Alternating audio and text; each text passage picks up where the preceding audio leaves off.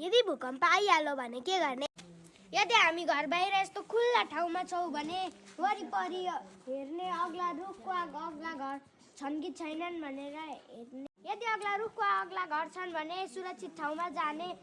यदि अग्ला रुखको अग्ला घर छैनन् भने त्यही सुरक्षित भएर बस्ने। यदि हामी यसरी घरभित्र भएको बेलामा भूकम्प आएमा सक्दो बाहिर जान कोसिस गर्ने, त्यो नै सम्भव नभएमा नजिकैको टेबल वा कुर्सी मुनि पस्ने। यसरी टाउको जोगाएर बस्ने।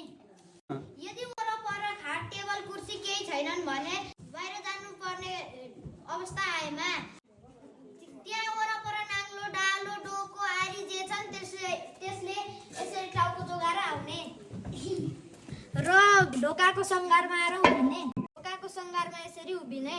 फेरि यहाँ माथि चाहिँ आरी नै राख्नुपर्ने भन्ने छैन, नाङ्लो डालो जे छ त्यसैले राख्दा नै हुन्छ। हामीले भरिसक्दो टाउको चाहिँ सुरक्षित राख्नुपर्छ।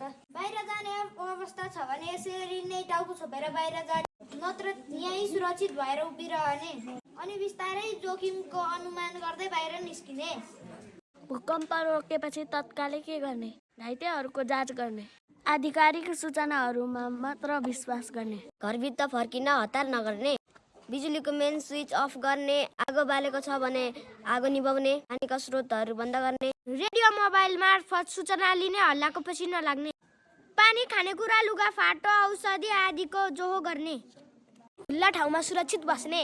घाइतेलाई सकेसक्दो सहयोग गर्ने। पराकम्पनको लागि तयार रहने। सुरक्षित छ भने बिजुली ग्यास बन्द गर्ने। भूकम्प आएपछि के नगर्ने त? क्षतिग्रस्त भवनमा तुरुन्तै नफर्किने। अनावश्यक रूपमा सडकमा हिँडडुल नगर्ने।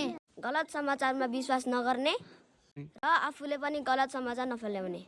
भूकम्प रोकिसकेपछि आउने पराकम्पन र मानिसको असावधानीले अझै धेरै क्षति गर्छ।